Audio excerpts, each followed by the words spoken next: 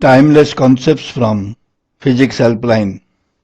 In this video tutorial, we will discuss a multiple choice question on the force acting per unit length between two parallel long conductors carrying currents. The question is as follows. Read the question carefully. The situation is shown in the figure. We are given two infinitely long conductors A and B carrying currents I1 and I2 in the same direction.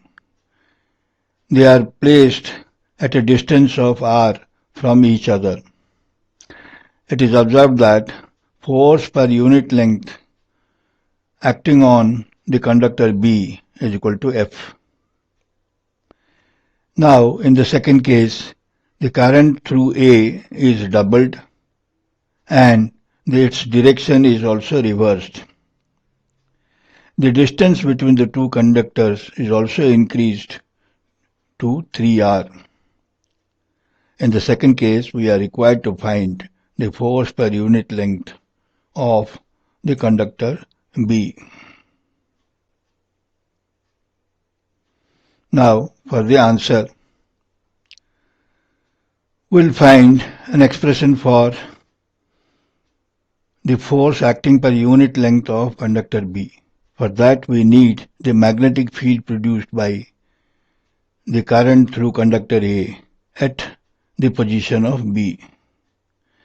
Now this is because the current is I1, magnetic field produced by I1, the vector, field vector is B1 vector, which is equal to mu 0 I1 by 2 pi r. And what will be the direction of this magnetic field? If we hold the conductor A in our right hand, thumb pointing in the direction of current, then the curling fingers at the position of B will be into the plane of the figure, which is the negative direction of z-axis. Therefore, we write B1 vector is equal to mu 0 I1 by 2 pi r into minus k cap. Now, we'll be using the force acting on a current carrying conductor due to another parallel conductor carrying current. So, force on conductor 2 due to current in 1, F21 is equal to, we'll be using IL cross B. So, here it is I2L2 cross B1. Now, but we are interested in force per unit length. Therefore, we'll divide this L2. So, F21 vector by L2 is equal to, it should be I2 into B1 into the cross product of vector that we will see. First of all, let us put the magnitude. What is B1? Mu 0 I1 by 2 pi r. Mu 0 I1 by 2 pi r. And this I2 is also multiplied. So, mu 0 I1 I2 by 2 pi r. And what is the direction of current in B? That is your I2. That is your J cap. So, J cap cross minus K cap. Therefore, we have written minus J cap cross K cap. Now, J cap cross K cap is equal to I cap.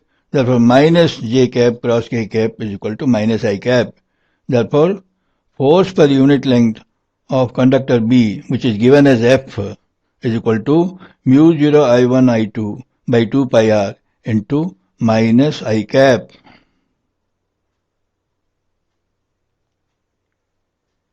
Now, in the second case, the current is doubled, current in A is doubled, which becomes 2I1, and its direction is now downwards, which is the negative direction of y-axis.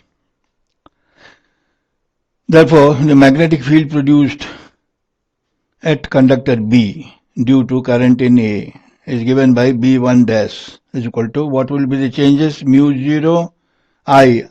I in this case is 2I1. This is the current in A. Divided by 2 pi r, the distance. Distance is now 3r. Therefore, cancelling these two, we get B1 dash is equal to mu 0 I1 by 3 pi r. And what will be the direction? You see, if we hold the conductor A in our right hand with the thumb pointing in the direction of current, the curling fingers will be perpendicular. Curling fingers at B, at conductor B, will be coming out of the plane of the figure, which is the positive direction of Z axis. Therefore, B1 dash is equal to mu 0 I1 by 3 pi r into K cap. Therefore, force per unit length in the second case on conductor B is equal to F21 dash by L2. So mu 0 I1 I2 by 3 pi r. Only I2 is multiplied there, and the direction of this force will be, let us see, the direction of current in B is I2 is J cap, because it's the positive y direction, J cap, and B1 dash is also positive plus K cap. Therefore, we have got F21 dash by L2 is equal to mu 0 I1 I2 by 3 pi r into J cap cross K cap, which is nothing but I cap. So, we write, denote this force per unit length as F dash, which is equal to mu 0 I1 I2 by 3 pi r into I cap.